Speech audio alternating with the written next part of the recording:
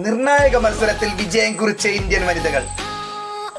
2020 ലോകകപ്പിൽ പാകിസ്ഥാനെതിരെ നടന്ന രണ്ടാം മത്സരത്തിൽ ഇന്ത്യക്ക് 6 വിക്കറ്റിന്റെ വിജയം.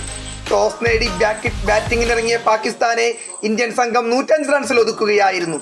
മറുപടി ബാറ്റിംഗിനിറങ്ങിയ ഇന്ത്യ ആകട്ടെ 18.5 ഓവറിൽ 4 വിക്കറ്റ് നഷ്ടത്തിൽ ലക്ഷ്യം ഭേദിക്കുകയുമായിരുന്നു.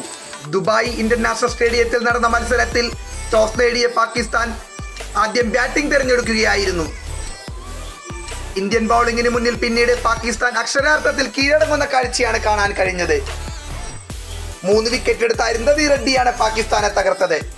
34 പന്തിൽ 28 റൺസ് എടുത്ത നിദാഡറാണ് പാകിസ്ഥാനിലെ ടോപ്പ് സ്കോറർ. ആകെ 3 ബാറ്റേഴ്സിന് മാത്രമേ പാകിസ്ഥാൻ നിരയിൽ 2 അക്കം കടക്കാൻ കഴിഞ്ഞുള്ളൂ. മറുപടി ബാറ്റിംഗിനിറങ്ങിയ ഇന്ത്യയുടെ തുടക്കം മോശമായിരുന്നു. ഇന്ത്യയുടെ star batter Smriti Mandhana score ബോർഡിൽ 18 റൺസ് ചേർക്കുമ്പോഴേക്കും 7 റൺസ് എടുത്തു മറിഞ്ഞു. ഇന്ത്യക്ക് വേണ്ടി ഷഫാലി വർമ്മ 35 പന്തിൽ 32 റൺസ് എടുത്തു.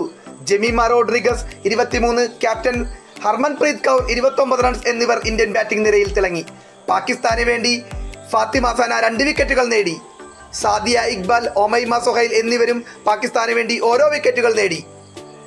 3 വിക്കറ്റ് എടുത്ത അരുന്ധതി റെഡ്ഡിയാണ് അക്ഷരാർത്ഥത്തിൽ പാകിസ്ഥാനെ തകർത്തത്.